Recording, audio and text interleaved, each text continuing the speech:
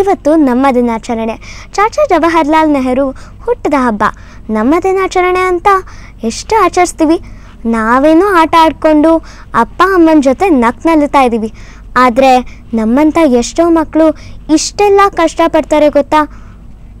ಅವರಿಗೆ ಮಕ್ಕಳ ದಿನಾಚರಣೆಯೇ ಗೊತ್ತಿಲ್ಲ. CM ಅಂಕಲ್ ಇವರು ನಮ್ಮ ಥರ ಆಡ್ಕೊಂಡಿರ್ಬೇಕಲ್ವಾ. ಈ ಸ್ಟೋರಿ ನೋಡಿ ಇವರಿಗೆ ನೀವು ಹೆಲ್ಪ್ ಮಾಡ್ತೀರಾ ಅಲ್ವಾ ಅಂಕಲ್, ಪ್ಲೀಸ್.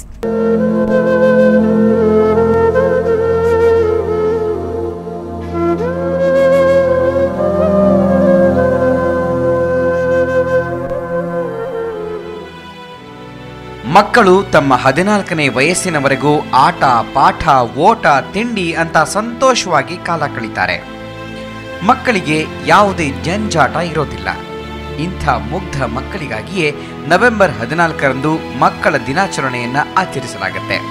ಆದರೆ ಇಂತಹವರ ಮಧ್ಯೆಯೇ boot polish, juice maker, fruit salad, plastic wastage ಪದಾರ್ಥಗಳ ಮಾರಾಟಗಾರರಾಗಿ ಸಾವಿರಾರು ಬಾಲಕಾರ್ಮಿಕರು ದುಡಿತಾ ಇದ್ದಾರೆ. ಇವರಿಗೆ ಮಕ್ಕಳ ದಿನಾಚರಣೆಯ ಗಂಧವೇ ಗೊತ್ತಿಲ್ಲ. ಬೆಂಗಳೂರಿನ ಮೆಜೆಸ್ಟಿಕ್ ಮಾರ್ಕೆಟ್ ಸೇರಿದಂತೆ ಹಲವೆಡೆ ಬಾಲಕಾರ್ಮಿಕರು ಹೊಟ್ಟೆಪಾಡಿಗಾಗಿ ಕೆಲಸ ಮಾಡ್ತಾರೆ.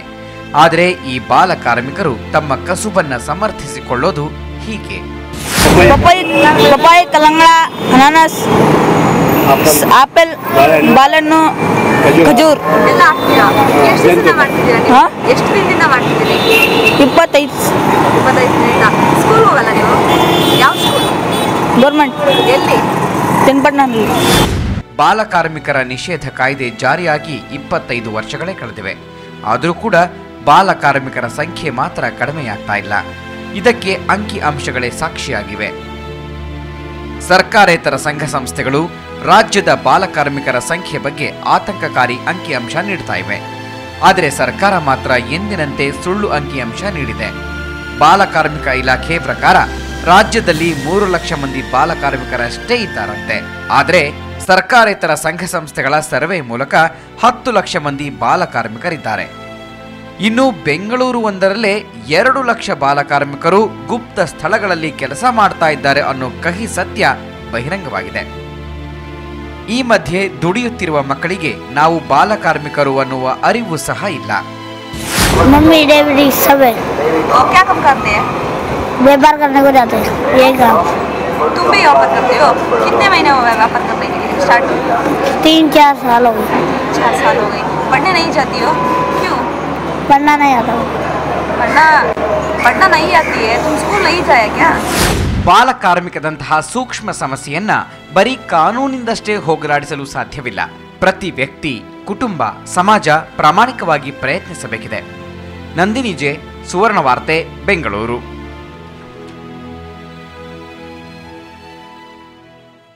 ನಾವು ಮಕ್ಕಳು ಇರ್ಬೋದು ನಿಜ, ಸಾಧನೆ ಮಾಡೋದೆಲ್ಲ ದೊಡ್ಡವ್ರ ಕೆಲಸನ.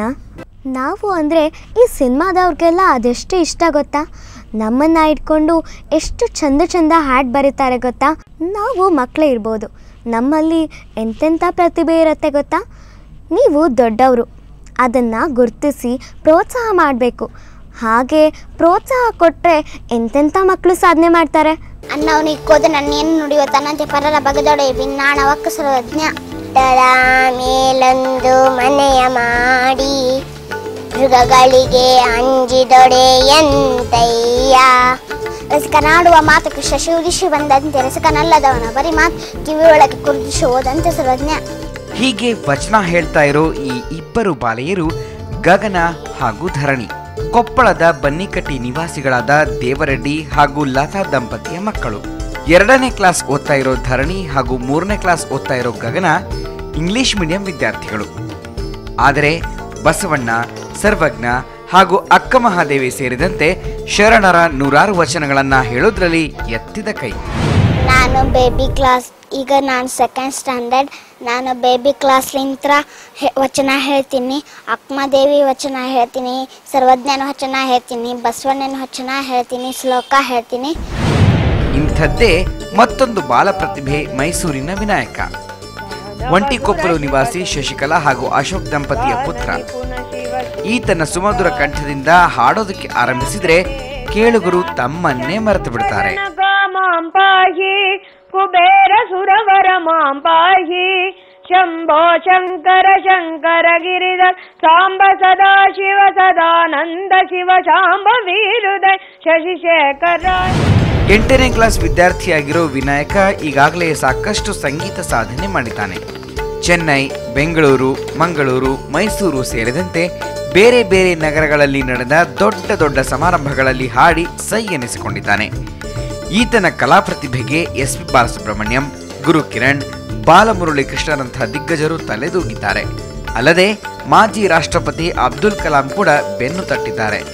ರಾಷ್ಟ್ರೀಯ ಬಾಲರತ್ನ, ಬುದ್ಧ ಭಾರತ ರತ್ನ ಮುಂತಾದ ಪ್ರಶಸ್ತಿಗಳು ಹಾಗೂ ದಸರಾ ಸಂಗೀತೋತ್ಸವದಲ್ಲಿ ಸನ್ಮಾನವೂ ಕೂಡ ಈ ಪ್ರತಿಭೆಗೆ ಸಂದಿದೆ. ನಾನು ಶಾಸ್ತ್ರೀಯ ಸಂಗೀತ, ಭಾವಗೀತೆ, ಜನಪದ ಗೀತೆಯನ್ನು ಕಲಿತಿದ್ದೀನಿ. ನನಗೆ ಇದನ್ನ ಪ್ರತಿಭೆಯನ್ನು ಗುರುತಿಸಿ ಹಲವಾರು ಪ್ರಶಸ್ತಿ ಮತ್ತು ಮೆಡಲ್ಸ್ ಬಂದಿದೆ. ಆದರೂ ನಾನು ಇಷ್ಟಕ್ಕೆ ಖುಷಿಯಾಗಿಲ್ಲ. ಇನ್ನು ಮುಂದೆ ಜಾಸ್ತಿ ಸಂಗೀತದಲ್ಲಿ ಸಾಧನೆ ಮಾಡಬೇಕು ಅಂತ ಇದ್ದೀನಿ. ಹೀಗೆ ಅದೆಷ್ಟೋ ಮಕ್ಕಳು ಎಲೆ ಮರೆಯ ಕಾಯಿಯಂತೆ ಆಗಿದ್ದಾರೆ. ಅಂಥ ಬಾಲ ಪ್ರತಿಭೆಗಳಿಗೆ ಪ್ರೋತ್ಸಾಹ ನೀಡಬೇಕು ಅಷ್ಟೇ. ಮೈಸೂರಿನಿಂದ ರವಿ ಪಾಂಡಪುರ ಜೊತೆ ದೊಡ್ಡೇಶಲಿಗಾರ್, ಸುವರ್ಣ ವಾರ್ತೆ, ಕೊಪ್ಪಳ. ನಾವು ಆಡ್ತಿದ್ರೆ ಮನೇಲಿ ಓಡಾಡ್ತಾ ಇದ್ರೆ ಅಪ್ಪ ಅಮ್ಮ ಅದೆಷ್ಟೊಂದು ಖುಷಿಯಾಗಿರ್ತಾರೆ ಗೊತ್ತಾ. ನಮ್ಮಂಥ ಮಕ್ಕಳು ಮಾಡಿದ ತರಲೆ ಆಟಗಳನ್ನೆಲ್ಲ ಅವ್ರ ಅಪ್ಪ ಅಮ್ಮ ಕ್ಯಾಮ್ರಾದಲ್ಲಿ ಶೂಟಿಂಗ್ ಮಾಡಿಕೊಂಡು ಕಳಿಸಿರ್ತಾರೆ. ನೋಡ್ಕೊಂಡು ಬನ್ನಿ, ಇದು ಎಂಥ ನೋಟದಲ್ಲಿ.